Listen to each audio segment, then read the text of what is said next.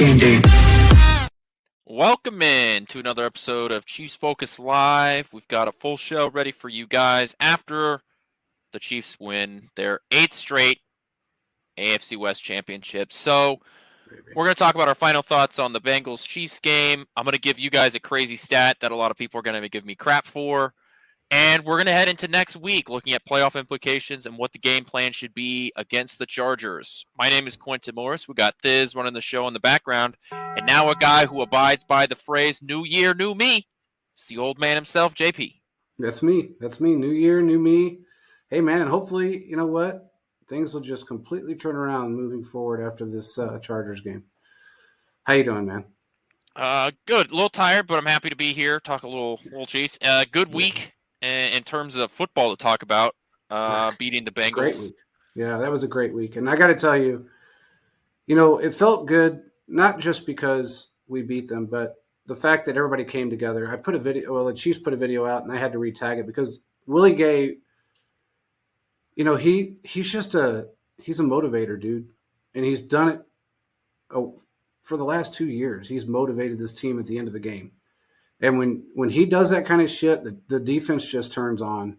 And he asked them to play a certain song, and when they did, Pacheco, that dude never runs out of energy. He's dancing down the sidelines. They're all happy. That's what you need. You need those guys to feel good about themselves. And that's what I think happened in the second half of that game. Yeah. You pull MVS out, you put the right guys in, somebody that's not going to drop every single pass that's thrown to them, whether it's on purpose or not, I don't know yet. But that's, it was great. It was great to see. And look, people can say, we were playing a backup quarterback. Well, that backup quarterback actually has better stats than Joe Burrow did in the first 8 games he played.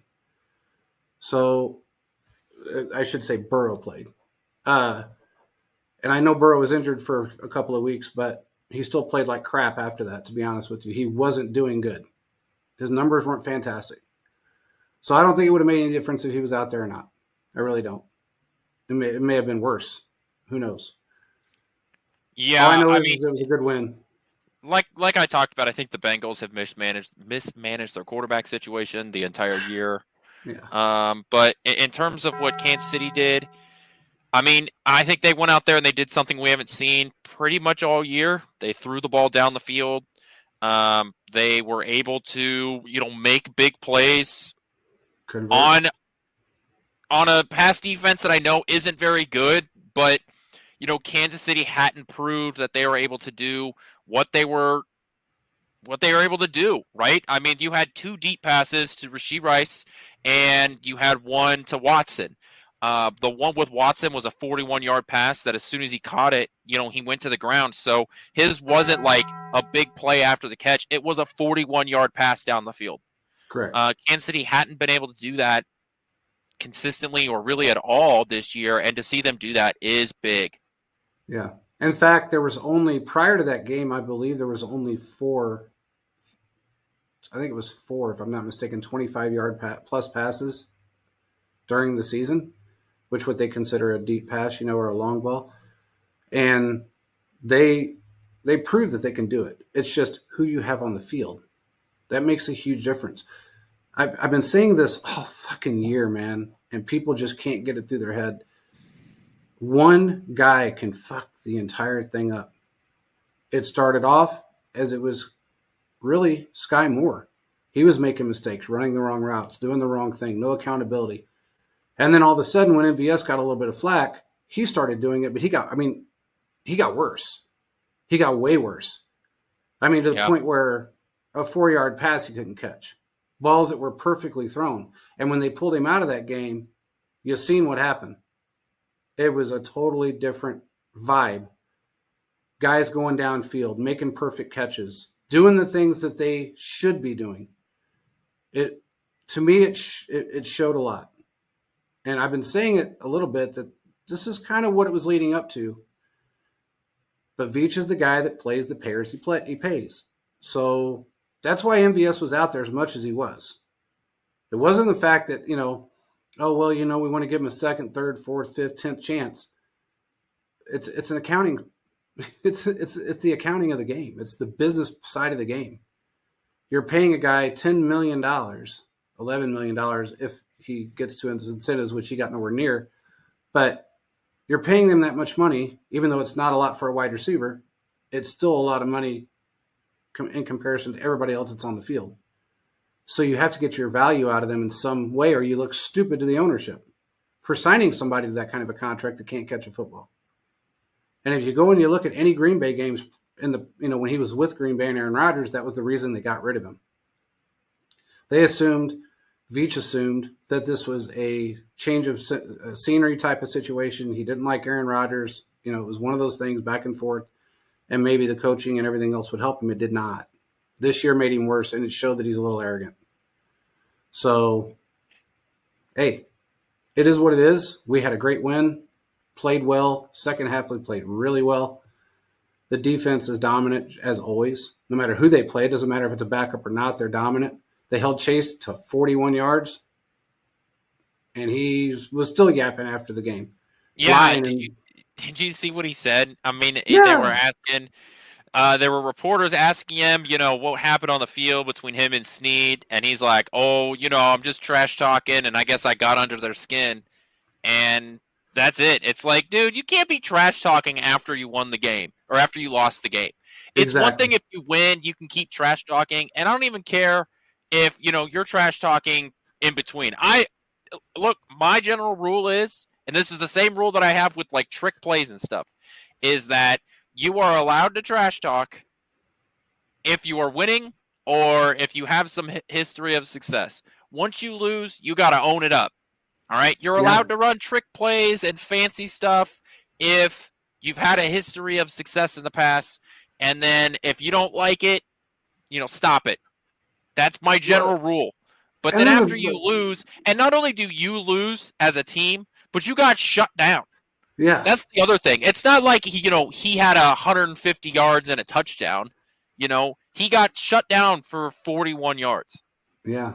Yeah. And the sad part is that he actually blamed Snead. He said, man, that dude's been trying to fight with me. He just started picking fights with me. He was the one that actually started the fight. And he actually admitted to that. He was trash talking. Yeah. And then he said, but he wanted to fight me the entire game. No, he didn't. Snead's not that kind of guy. He's not just going to go out there and fight with you to fight with you. He's not going to put himself in a position or the team in a position just for the hell of it like he does. He's not immature. But it was funny that he said, I guess I just be getting under people's skin sometimes. And then he said, I guess I really got under his. And then the other guy that was standing next to him started laughing. They thought it was a joke it was T. Higgins, yeah. And they're laughing their ass off while they're going the fuck home sitting on the couch at the end of the season because they're out of the playoffs. We eliminated them. Yeah, this is the second year. This is within the same calendar year. Kansas City has sent the Bengals home for a short season. Correct. And the whole 3-1 against Mahomes thing means absolutely nothing. It means zip. Because it's not quarterback against quarterback. It's team against team. And we shut his ass down. I wish Burrow would have had to go up against this defense. Because he didn't do that great last year against the defense that we had. He didn't put up enormous numbers. He really didn't. It was a very close game, and we won by 3, but he didn't put up an ignorant amount of numbers in that playoff game. So I wish he would have faced this defense, to be honest with you, because it may have humbled him a little bit. But it is what it is. I think Jake Browning's going to have a starting job next year. There's no way he doesn't. Somebody will pick him up. He's good. He's proven that he's a good quarterback. And he's also proven that you can play in a very good system. And if he goes to a good system, he'll be successful. Because that is a quarterback system-driven team. It's proven because when you got a backup that comes in that has been through 3 other teams and really outplays your starter that you just gave $275 million to. Just saying. Anyway, let's head into our next spot. I want to bring up a crazy stat that I know some people in the chat are just going to spend the next 15 minutes trash talking me, but that's fine. I might have to trash talk you. It depends on what the stat is. So officially after this game, Rashee Rice now leads the NFL, not just rookies. He leads all of the NFL in yards after catch. He has 653 yards and yards after catch. And Tyreek Hill is number 2 at 641. What's crazier about this stat is that of the top 20 players in the NFL, wide receivers of yards after catch, he is the only one that does not have more than 20% of teams' targets. Yeah. Does that make sense? Yeah. So he's getting all of these yards per catch. He has 17.9% of the team's targets. Guys that are in line with him, like Tyreek Hill has 30%. CeeDee Lamb has 29%. Even going further down the list, Michael Pittman Jr. has 28.7%. You have to scroll all the way down to basically 20, where you get Jalen Waddle, who was 19.9, but even that's like more than 20%. He has the lowest percent until you get past the 20 mark. Yeah. It just makes it more insane how much he's accomplished this year. And the guy that has less team targets than him is all the way down at 20 with Jackson Smith-Njigba, who has 16.9%. Yeah. Yeah. And you know, it's funny because I distinctly remember doing, you know, I think we did a live deal during the draft. In fact, I know we did. And everybody wanted, what's his name? Quentin Johnston. Quentin Johnston. Everybody was pissed off that we went after Rashee Rice and didn't get Quentin Johnston. Well, Quentin Johnston's not even on that list. So let's rewind about, you know, Veach can't draft a wide receiver. He can. The difference is that I think this year and what we've learned is that when Mahomes works out with these wide receivers and they take the time to put him with them, he knows if they're going to be able to fit in the system or not. And they hadn't done that. You know, they didn't do it with McCall Hardman. They just drafted him. So to me, I would be having Mahomes check out every prospect in the draft that you want to consider bringing into the system in a wide receiver role. Because the one thing Veach did was he put his trust in Mahomes that Rice would be a good wide receiver, and it worked out for him. Yeah. Here is to just add on to Rashee Rice. Of the top 20 of the yards after catch receivers in the NFL, he has the lowest yards before catch. Yeah. So he's getting he's not catching these balls when he's wide open running slant routes. And we've seen this, right? He's getting the ball in screens or, you know, basically right at the line of scrimmage. He's catching the ball, averaging yards before catch per reception is 3.6 yards. That's insane. Where Tyreek Hill, 9.6. CeeDee Lamb, 8.3. Puka Nacua, 8.1. Amon-Ra St. Brown, 7. Right? So a lot of these guys are catching the ball much further, you know, double farther down the field than he is, and he is still able to get into space and find space in a defense. I think that he has proven the talent level is there, and he's really been able to prove that he belongs in the NFL. I am fully on board with him continuing to get the ball more. It has been impressive. Also, if you're on this list, his drop rate is really not as bad as some people would say. No. At least the eye test. I think the part of the thing is that like his drops, it's just every other receiver in this offense is dropping the ball. So when he drops it, it's like, here we go again, you know? Yeah. So he has 8 drops on the year. CeeDee Lamb has 6. Puka Nacua has 10. Tyreek Hill has 10. Amon-Ra St. Brown has 8. So even other top receivers in this list also have a significant amount of drops or around. Yeah, he's a rookie, level. And most of those guys are experienced, and Tyreek is one of the most dangerous guys in football. So. Yeah, exactly. So his drop rate is really not as bad as anecdotally it seems. Now, obviously, there are guys that have more receptions and less drops, right? Like Deebo Samuel has about 20 less receptions and 6 less drops. So he's not perfect, but I would say that the drop rate is not as bad as initially it seems. No, and given the fact that he's targeted so much, I mean, it's like Kelce. Okay, everybody has been complaining about Kelce's drop rate this year. Kelsey's always had drop rate because he's targeted usually 100 to 110 times a season. So you're going to have some drops. It is what it is. If you're a guy that's targeted 40, 50 times and you have 6 or 8 drops, then there's a problem, aka MVS. So that's when the problem occurs. Justin Watson was targeted a whole lot this year, and I think he only has 4 drops on the season. And one of them really wasn't a drop. The ball was just really poorly thrown by Mahomes. He was under pressure, and he threw the ball up, and Watson tried to get it and couldn't. I mean, there's so much that goes along with it, but go ahead. Kansas City needs to run the offense, the wide receivers through Rice. I think that's just what I think that stat alone needs to prove it. Plus the eye test and what we've seen and just seen him do, that we need to run our wide receivers through Rashee Rice. It's as simple as that. It's an impressive stat for Rice.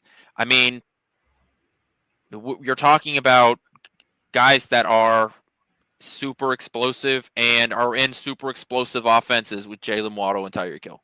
Correct. I mean, anytime you have a better stat than Tyreek Hill is great for you, because Tyreek Hill was literally in the MVP conversation during this year. He was on pace for 2,000 yards when he got hurt. Yep. Guys like CeeDee Lamb and Deebo Samuel are number one weapons inside of really good offenses. So keeping him in this conversation is extremely impressive, and it just shows the talent level. And I wanted to talk about that stat because it shows that not only is he effective in this offense, he's effective in a way that I don't think a lot of people thought about, if that makes sense. Correct. When your average catcher is your average, I guess, target is 3.9 yards, and you're number one in yak, when everybody else is 8, 10, 12 yards at reception, that's insane.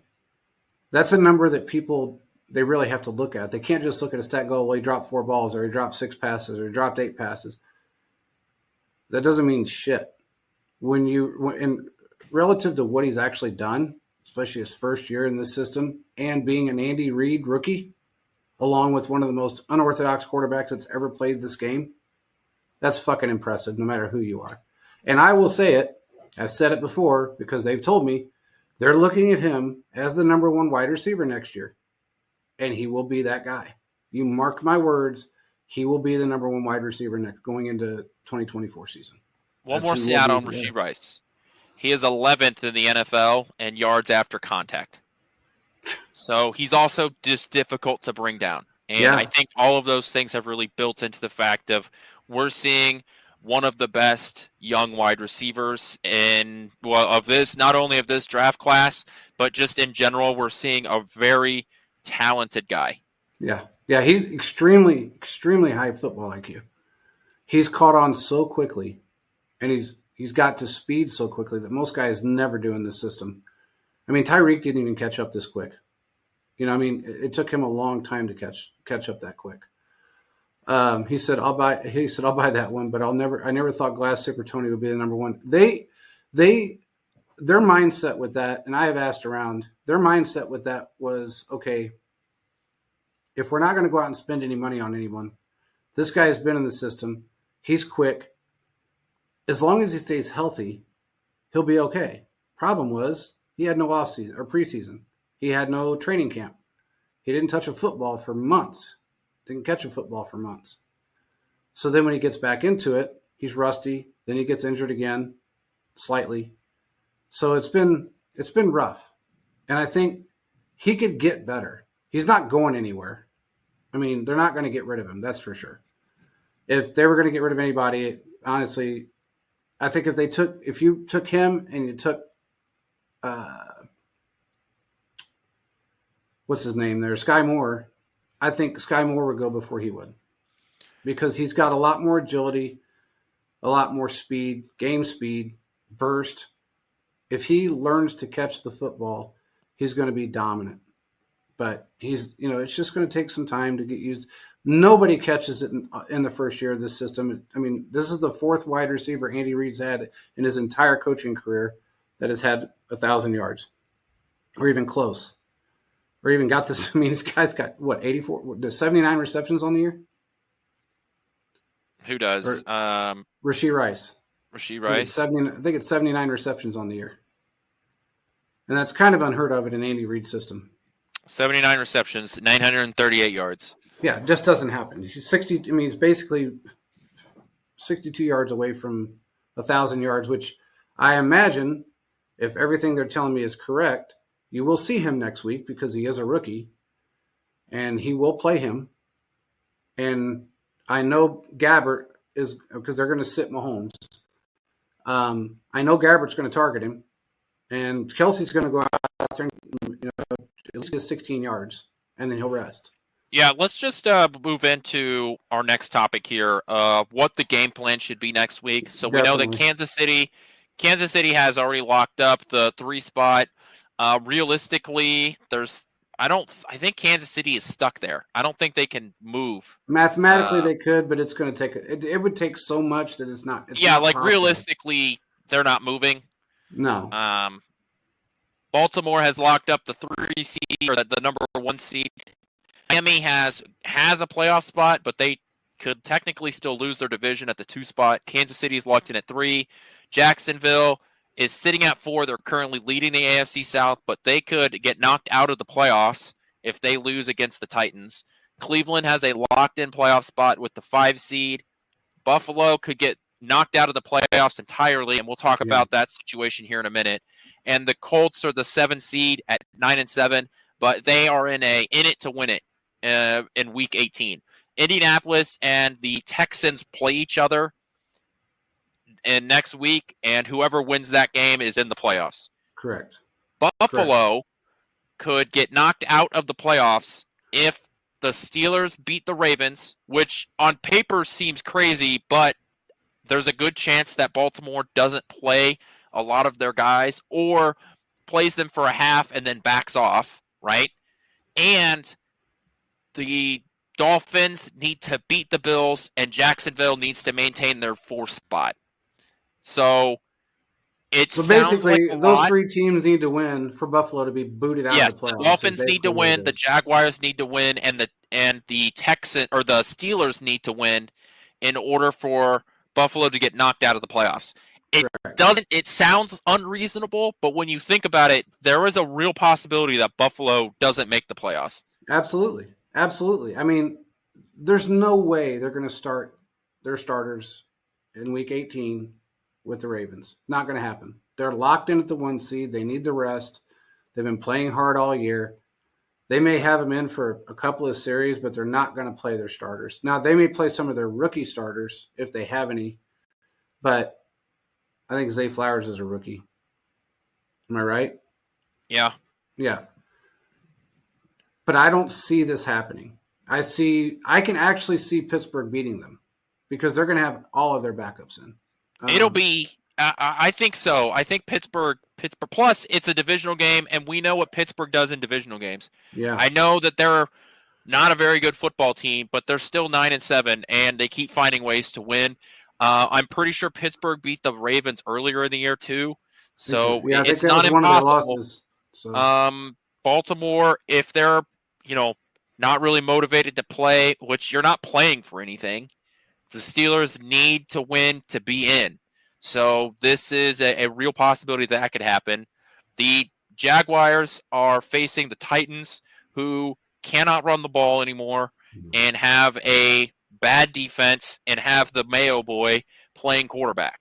So I know Jacksonville is beat up with injuries, but I still think they're a better football team. And I do expect the Jaguars to win this game, and they have to win to be in the playoffs. And then the Dolphins, it's a divisional game. I know the Dolphins are beat up. They just lost Bradley Chubb to a season-ending injury, and it'll be a tough matchup. It is important to remember that it's down in Miami, so they're not on the road, and Miami is a lot like the Cowboys, where they're a different team at home. They are more explosive at home. So this is a real chance for Buffalo to get knocked out of the playoffs. And out of those 6 teams, Buffalo and the Ravens are the teams that I worry most about. I feel very confident about any of those other teams that Kansas City has to face. Yeah, I agree with you. I would not. It's weird. Buffalo has been such a up and down thing with us, and I just don't. I don't really want to play them in the playoffs. Now, again, if you talk to Mahomes, he doesn't give a shit who he plays. But I know it was difficult for us to lose that game this year to them, even though we didn't lose by a lot. There was a lot of mistakes in that game, and those have been somewhat kind of finally just, okay, enough's enough, and they've weeded some of that out. If we do play Buffalo for some reason, we end up playing them in the playoffs, I'm not as worried as I would have been 5 weeks ago. Just from what I'm hearing, I'm not worried. I'm not as worried, but I still wouldn't want to play them. No, you played but I don't want to play much. Cleveland, dude. I don't want to play Cleveland. Look, you know my opinion on Joe Flacco. He's a statue back there. I know that Cleveland pass rush is legit, and I don't want to see them go against our tackles right now. But Cleveland can't run the football because they've got Kareem Hunt back there and Ford, but they're struggling to run the ball. They're sort of dangerous in the pass game, but that's because Joe Flacco likes to just throw the ball up, and they haven't faced a secondary like ours. Plus, he's a statue, so any sort of pass rush you can get after him. And I'm not scared of the Cleveland offense at all. Their offense doesn't fear me. I think their defense does a little bit because of our tackles. But the one good thing that comes out of this is Donovan Smith will be back by the playoffs, so we don't have to worry so much about that. Because honestly, look, as much as I like, and I think he's probably going to be he's our future. He's not our right now. He's just not ready. I think Donovan Smith needs to be in this. He needs to be helping protect Mahomes right now. That's what we need. I don't know if you noticed, but during the Cincinnati game, there was only one penalty on Taylor, which was phenomenal. It was one penalty, and that's not bad. We can't complain about that. That's a hell of a lot better. He's the most penalized tackle or offensive player in the league. I think he's got 13 penalties on him or something insane. It's a high number. But in that Cincinnati game, he was better. He played better. He didn't have the offside so much. He didn't have this. I think he had one holding penalty, and that was it. But they also got Creed Humphrey for a holding penalty again, which is just fucking stupid.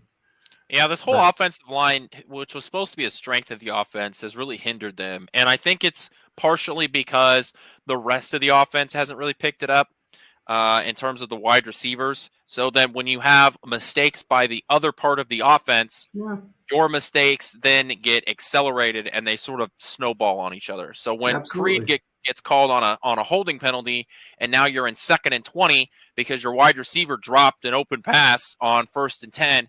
Yeah. Now you have a holding penalty. Now you're at 2nd and 20, and it just snowballs up. So I think that this bad year from the offensive line has just snowballed because of all of the other mistakes being made by the offense. Well, and here's the craziest thing, though. Look at the sack numbers on Mahomes from week 1 through really 10 for us. It was basically a sack a game when you break it down. The pressure rate was really low. It was when Donovan Smith went out and Wanya Morris came in. He had that one game that we played really well in. And then after that, he started to go downhill. Then, the penalties hurt us a lot with Jawaan Taylor. It did. He's not a bad tackle. He just has a really hard time lining up correctly. I can't put all the blame on him, though, because he played his entire career that way. And you can't expect him to be great after he has to line up completely differently than he has his entire career. That's not something you can just change overnight. It takes time to get your body acclimated to playing a certain way. And I think that's just part of his problem, but he's definitely going to get restructured this year. So that's just something that's going to happen. There's no way that Veach will keep him on that same contract. It won't happen. The numbers the numbers don't make sense. The money doesn't make sense, and we need the money anyway. So, but you know what? I think if one weak link, man, we've talked about this so much. One weak link can break the chain. We had that problem with OBJ. Now we're having it. Not even you take the penalties out of it with Taylor, you wouldn't have that problem as much because he's a pretty damn good tackle. But you have it with Wanya Morris, and he's that weak link right now. He's really that weak link because every sack, Mahomes, or pressure has come from his side. And he's making Joe Thuney look bad because it's kind of like they go hand in hand. So you have to look at it from that perspective. Like, okay, wait a minute. Maybe we got to realize that this is how this is actually playing out. But you're right. It takes everybody to be in sync. And if one guy's out, it throws the rest of the whole damn ship off. So, it's crazy, but it's just how it is. We preached on this show, Quentin, or I know I have for years. Just like on the defensive side of the ball, everything starts up front with the line. Your secondary wouldn't be shit without the line. Your linebackers wouldn't be as effective without the line. And this year, we have one of the best secondaries in football, and we've had the best linebacking core as a whole in football. But it starts with that defensive line. And today, Charles Omenihu put that out. He said, "Do you guys not realize that the secondary wouldn't be worth shit if it you didn't have a good defensive line?" Yeah, absolutely I think true. I mean, it's kind of football 101. So. To me, it's sort of a chicken and the egg thing. Has the defensive line made the backfield secondary look better, or how good the secondary is, has it made the defensive line look better? I think it's a little combination of both. I think you can make an argument either way. I think both levels are so good that they complement each other so well. Absolutely. I think honestly, I would say that this defensive line has looked so good because the secondary has been playing so well. If I had to choose one, I would probably choose that one. Well, here's the thing though.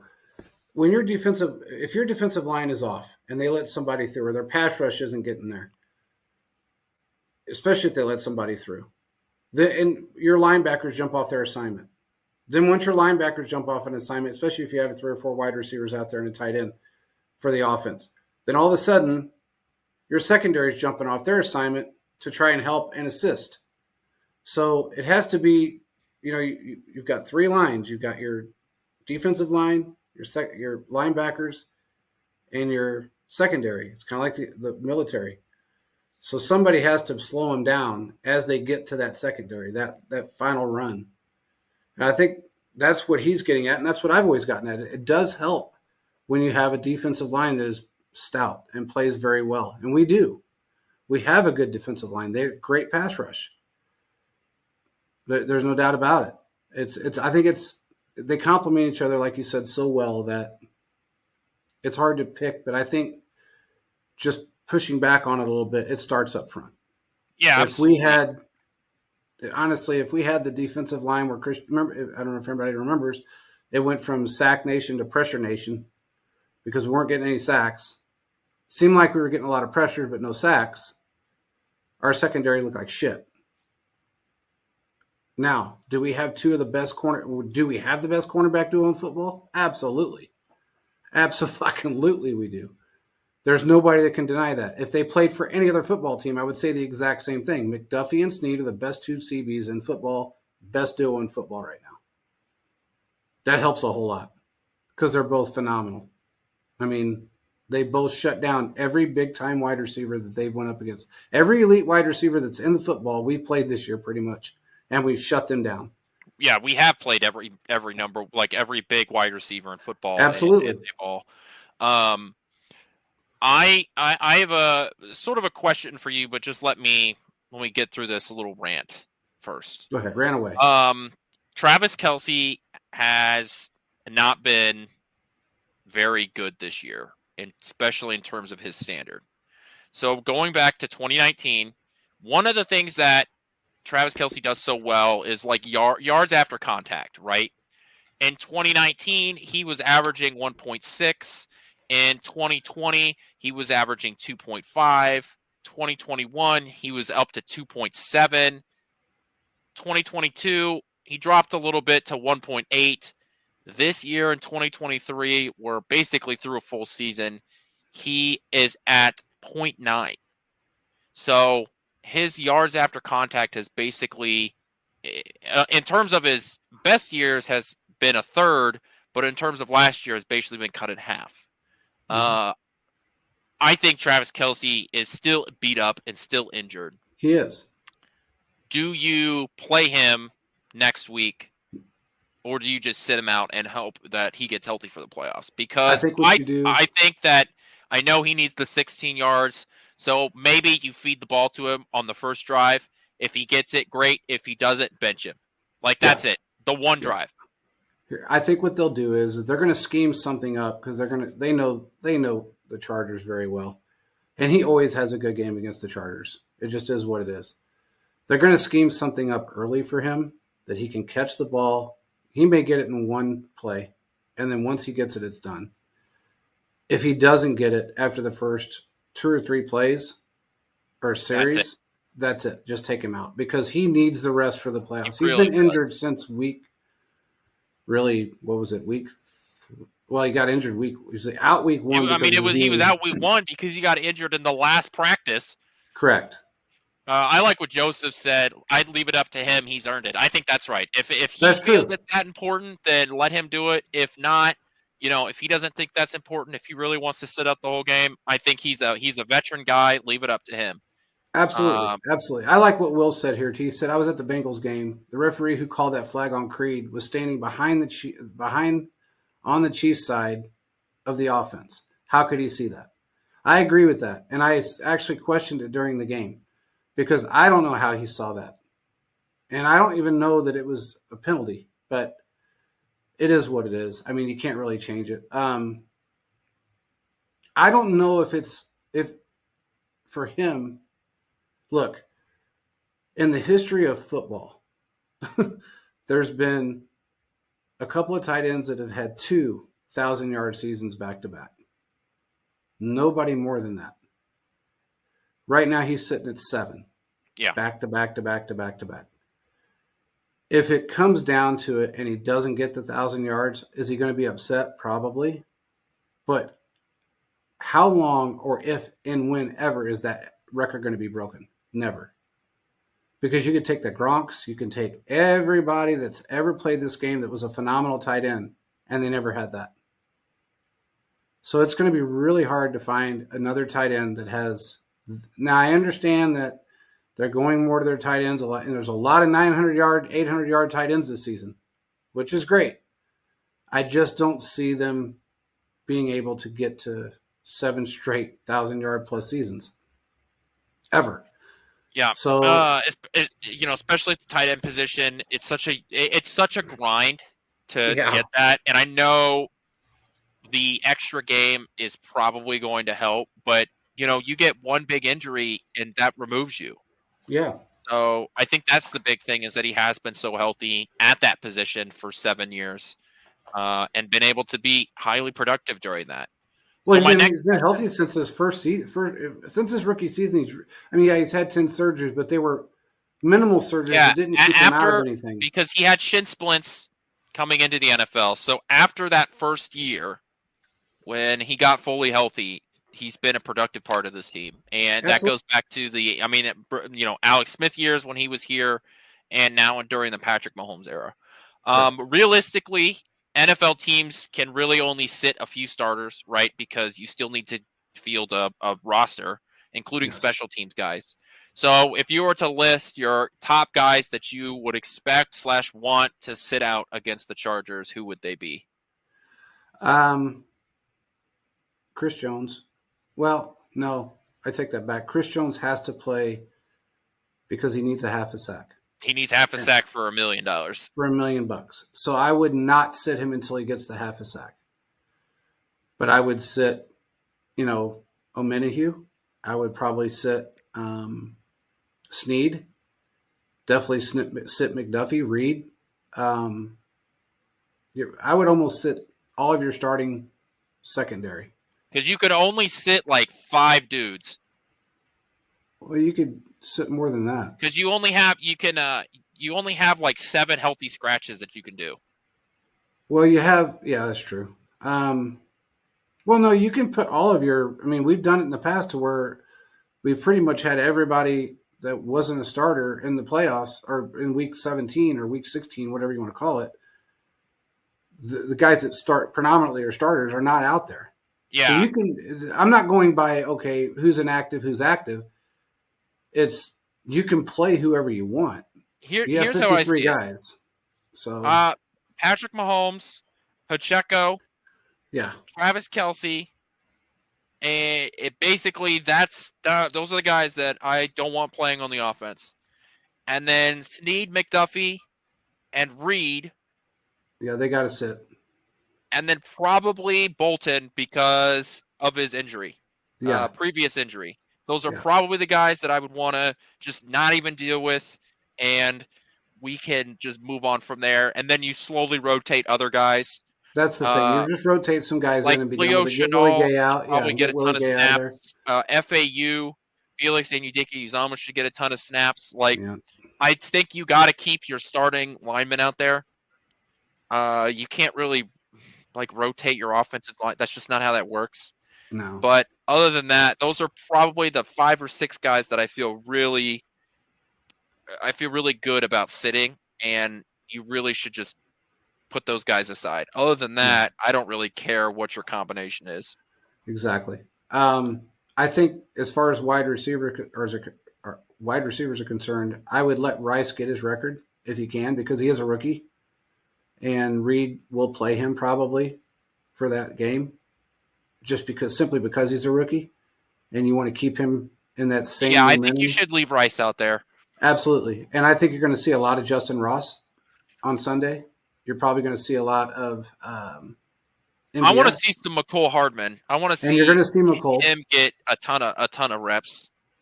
You're going to see. Everybody don't get upset, but you're going to see MVS out there because that's really good. I mean, everything I have heard is that he's not going to see the playoffs. He's going to be a very minimal snap. He may be a healthy scratch for the playoffs. So just understand that that's what's going to happen. But they will play him against the Chargers because they want to keep other guys that can actually catch the football healthy and strong. I know Rice is that one of those guys, but he's a rookie. So you got to get him out there, keep that motivation going and that momentum. Get it. If he gets 1,000 yards, which he can easily do against that defense, that's going to make him a fucking star during the playoffs. It's just going to bolster his confidence level, and that's what he needs. Can you join StreamYards? What do you want? I mean, yeah, you could pay for StreamYards if you want. I mean, it's not too bad. Anyway, yeah, I agree with you. I mean, they're going to have to rotate guys out. The guys that are really close to their, whether it be their bonus or their yardage, it's up to them. Again, it could easily be $1 million for Chris Jones is huge, and he needs a half a sack. That all he needs is a half a sack to get that $1 million. Yeah, and you want to keep him happy because you want to re-sign him. You want to bring him back in. You want to extend him from this point on. You want to extend Chris Jones. That just frees up money next year. You don't have to go out and find somebody to fill his shoes, and we don't have anyone to fill his shoes. If Veach goes out and gets cheap on him again, that's going to be a real problem because regardless if he's 29 or 30, he is still playing at the highest level we can expect out of him. We got to re-sign him. And I got to tell you, you just want to re-sign everybody. No, there's certain guys that have to stay on this team. Don't fuck this defense up. Mike Dan is going to go. There's no doubt about that. He's going to get picked up somewhere because we're not going to pay him that kind of money. But somebody will because he's had a great fucking season. I mean, he's had a great season, a career high in sacks. Everything he's done, he's just been on point. But he's not going to stay here. You got certain guys Keep your fucking secondary happy. Keep them involved. Snead, McDuffie, and Reed all have to be here. Your linebacking core, I would get rid of anybody else besides Willie Gay right now. He helped us win that game last week. He's helped us win numerous games during the season. You can't fuck up something that's doing so well. And I don't care what anyone says. Leo Chenal is not a Willie Gay replacement. He's just not. You're right. It's true. Not there. I don't even think Drew Tranquil is. I think he's great, but I don't think he doesn't motivate the team the way Willie does. He's athletic, but he's not as athletic. I don't know, man. It's hard for me to see Willie Gay just go bye-bye. He loves this football team. I know you've got a ton of tough decisions coming up in the offseason. This is sort of the bad thing when you draft so well is now you got to pick and choose who you want to keep. You've got so many good players. It's like who you going to keep, and I just think that Willie Gay gets on that chopping block because you have Nick Bolton, you have another linebacker right there, and you can use another pick on a linebacker. I think that's just what you have to do. I don't know. It's hard, man. It's hard to break up that continuity. It really is. That's what fucks teams up. It really does. But you got to do it. You can't re-sign everybody. You can't re-sign or offer Chris Jones a huge contract and Snead and Gay. Some of these guys. Gay's not going to be a huge contract. I mean, that's not a high market. I know, position. But every $3, $4, $5, $8 million here and there allows you to sign some bigger names. Allows you to go out and sign a Michael Pittman Jr. or a Mike Evans. These sort of contracts allow you to go and do these things to rebolster the other side, especially because you don't have a ton of draft picks this year before the comp picks are released. You don't have a ton up front. You only got 7 right now, right? So, and you're missing a lot of mid-round picks. Yeah, they don't have a 4th round pick. I know. It's hard. It's really difficult. That's why I'm saying, I don't think that Snead sticks around, and I think you have to choose between Jones and Snead. I don't think they can keep both. Yeah. I mean, I guess the only way they would be able to do it is if they do it the way they've done it in the past with other players, where you sign them to contracts that extend them out their first couple of years. They're not big hits. Yeah, and then you get to that third year, that loading the back end. Yeah. And then on that third year, you have the option out. That's the only way you can really do it. Yeah. With Jones, I understand his position. Fully understand it. I understand all their positions. And it's like Snead could probably, at the end of the year, Snead's probably going to get like a $22 million contract. Absolutely. I mean, the guy's proven that he can do it. And I just don't think that happens here in Kansas City. I've been talking about, really off season, early in the season. Then I was like, oh, it's okay that Snead leaves. He made it really tough. He's making it real tough for me to stick by that. I've been saying this shit since the offseason. It's going to be really hard with him. And it has nothing to do with his blitz ability. I'm standing by that's a scheme thing. It's not a Snead thing. But he has played amazing one-on-one corner, and he's made it really tough for Kansas City to move on from him. But I just think that there's going to be markets. There's going to be teams out there who need a legitimate number 1 corner and are going to quote unquote overpay in the offseason because that's what happens in free agency. And he's just going to get priced out. I just wonder if they couldn't put them on bonus structure contracts and let Clark Hunt cut the check. It's going to be tough. Yeah. I understand Chris Jones' situation. I want injury guarantees. I want that money. If I'm going to come in, because every other team's going to offer me that. So if I come in and you want me to stay here, I want the injury guarantee. Jones is another great example. It's like Kansas City can offer him, $25, $26 million, but a team out there that has a ton of extra cap space, pick whatever mediocre / bad team you want. I don't know. The Cardinals. The Cardinals would love to pay Chris Jones $30 million. You know why? Because they're not asking for it. They have some of the cap space or whatever team. Yeah. I don't have the cap numbers in front of me. Pick whatever team that you feel, the Titans, right? Whatever team that you think has that sort of open cap space. They would love to get a guy like Chris Jones in there, Agreed. I mean, that's absolutely true. I mean, all the myths and the bullshit of him wanting $31 million last year was all myth. He didn't want that kind of money. He wanted his injury guarantee to be higher. He wanted his fully guaranteed contract to be higher than what it was. He wasn't asking for $31 million a year. So that shit needs to go away. But I think he loves it in Kansas City, dude. He's planted roots. Yeah, of course. I mean, And I'm wondering if he's not going to. And you could actually franchise tag one of those two guys as well. I know. You can't really go. I mean, you could.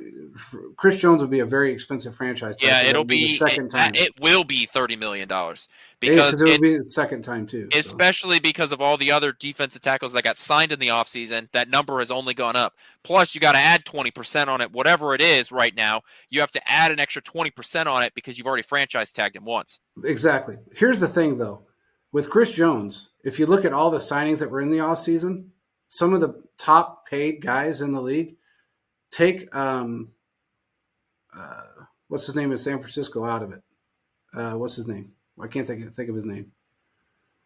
It's not DeForest Buckner. No. God dang it, man. Why can't I think he's played Aaron Donald? I'm not San Francisco, the Rams. Oh, yeah. Take him out of it completely because he's $31.7 million a year. Stupid signing, dumb fucking money. You should have never done it. That's why you're in the position you're in. But everybody else is around that 23 to 20. Yeah, he's like 23 to 25 $million mark. The Jets defensive tackle got paid that. So yeah, it's a low to mid 20s. Yes. So if you take a 30-year-old Chris Jones and say, okay, Chris, I'll give you your $50 million in guarantees, injury guarantees for the next 3 years, but I need you at $20 million, $22 million a year. I almost want to say he'd take that. Simply because he loves this team. Contract is also important. Absolutely it is. Absolutely it is. If you backload that contract, give him his injury guarantee and his fully guaranteed money that you can spread out. Understand, everybody, they can spread that money out as long as they want to after they're gone. They don't have to pay him all at one time. And I think that was what fucks with people a lot too, is that they think, oh, well, wait a minute, we're going to owe him for the next 5 years or all that money in 1 year. We're not. We can structure that to where we can pay him over 5 years. That money, that guaranteed money. So the caps always goes up. It's every year it goes up. This year it's going to be higher again because they're making up for they're still making up for COVID 3 years later. But it's going to be Veach has to get out of. We talked about this, Quentin. Me and you talked about this on this show 2 years ago. And I said, point blank, this was going to happen to us with the wide receivers. I knew this was going to happen. It was going to come to a boiling point when you keep rotating wide receivers in and out. You have to keep at least one or two great players, because if they don't have any continuity in an Andy Reid system and with Patrick Mahomes, you're fucked. And this is a great example of what happens when you continually rotate players in and out and you're running with unknowns to a degree. I mean, MVS was a mistake signing, especially for the money. He helped us out last year. He came in and did what he was supposed to do last year. This year, he has not. Sky Moore, I don't know what the hell happened to him besides he's got the McCole Hardman effect. When McCole Hardman had his first season with us, he had a great rookie season, breakout rookie season, and then he got arrogant and cocky and didn't want to go to Pat camp, didn't want to practice, didn't want to do this, thought he was better than everybody else, and then he got humbled. That's what I'm seeing out of Sky Moore. If he doesn't want to play this game and doesn't want to hold himself accountable, find people that do, but you have to hang on to a couple elite wide receivers. Why do you think Mike Evans has been with the Bucs as long as he has? Why do you think Baker Mayfield right now, think about this, people, Baker Mayfield went through 3 football teams, had a loaded fucking offense in Cleveland.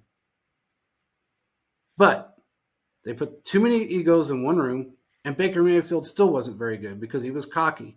Now, all of a sudden, he's still got that really good wide receiver room that Tom Brady had with Mike Evans, and he looks like a fucking star this year.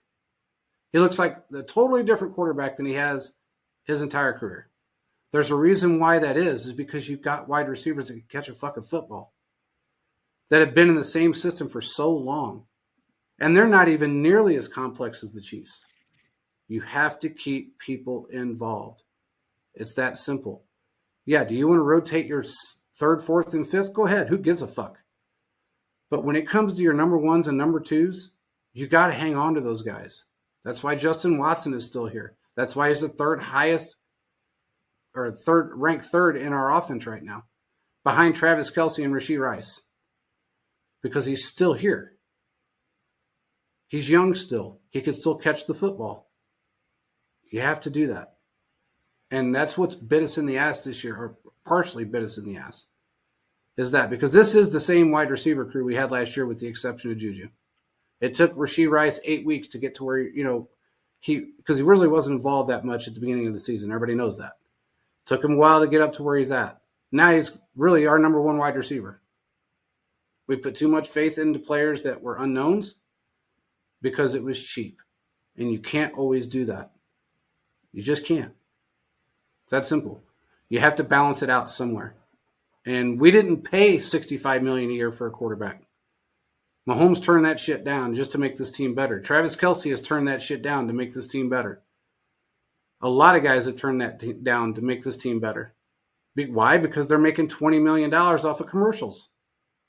Each time they do a different commercial. I mean, Patrick Mahomes made $180 million off State Farm. Travis Kelce's $100 million in endorsements. They understand the game. They understand they can't take it all and then expect the team to get Super Bowls out of it.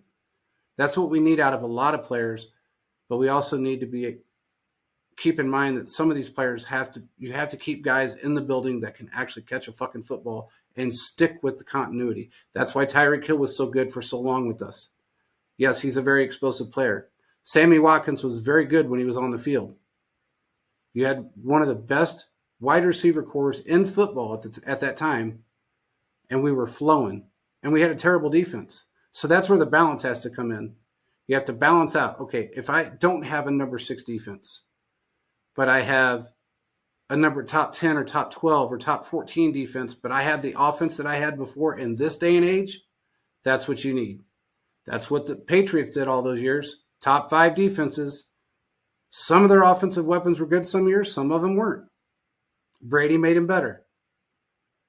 There was a lot of accountability from Belichick on that too, which we are lacking this year. We are lacking accountability from the coaches. Andy Reid's not that guy that's going to go out and scream at people.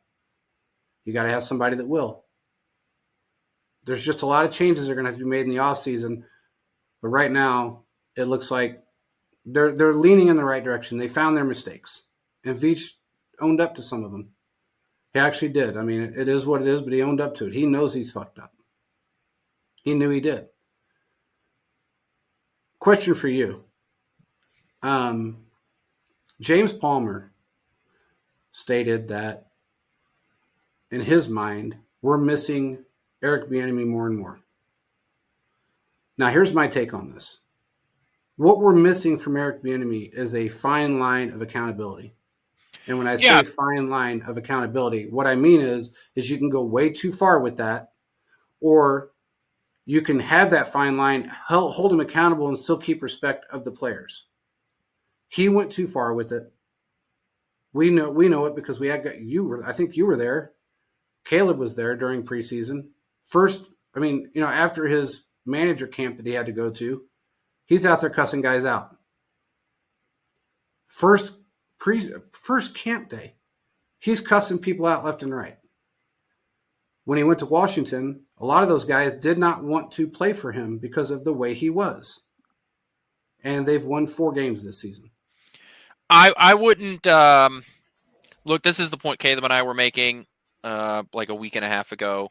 I don't think it's fair to compare the success of the Commanders just pointly on Bieniemy or the lack of success just because, well, it's a bad football team. I do think that, the offense has seen some highlights, some highs, and I do think that Kansas City, of course, is missing Bieniemy in some sense because when you lose an offensive coordinator, a successful offensive coordinator, any team's going to to have some drawbacks there. Look at the Eagles, right? They've gone through brain drain on their offense and defensive side. Like, this is just what happens. Obviously, I think that, they can recover from it, but the point of accountability, I think, is true. I think it's there, and I think it's real.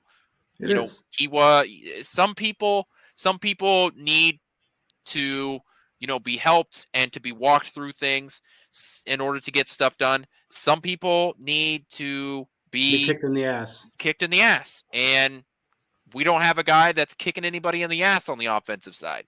So I think, of course, we're missing that. That's the part we are missing. And as far as, and I don't want to say this, I mean, I'm not going to say that Washington they've got a great offensive side of the football. I think people forget who they actually have on the offense of that football or that football team. It's not like they got a bunch of weak ass wide receivers and running backs or a weak offensive line for that matter. And I mean, Sam Howell was actually beating Mahomes through week 10 in yards. He was second in yards. So it's not like they have a terrible offense, and Bieniemy has 100% of all the play calling abilities. That's his job. His job is to call every single play of the offense, draw them up and call them and make sure that they execute correctly. They've still won 4 football games. And they're not playing anybody that's extremely strong. It's not like they've had a really hardcore season. It's the fucking NFC. It's not like you're playing anybody that's ridiculously good. Have they stepped up a little bit this year in the NFC? A few teams have. The Bucs have. There's a couple of teams that are better. But it's not like he went in with a bunch of scrubs and first-year players, because he didn't. He's got Terry McLaurin. He's got all these guys out there that are phenomenal wide receivers that are not catching the football. They're not even being thrown to. And they're still losing when it makes you shouldn't be up 14 points with 6 minutes in the fourth quarter and lose by 10. That should not happen. Your offense should be able to score. And we're a great example of that. This year, we're a great example of that. That shouldn't happen.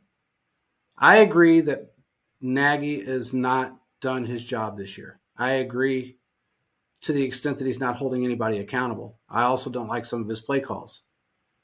He's reverted backwards. It's weird that he took Mitchell Trubisky and he let him fly and let him do whatever, but he's holding Mahomes back a little bit.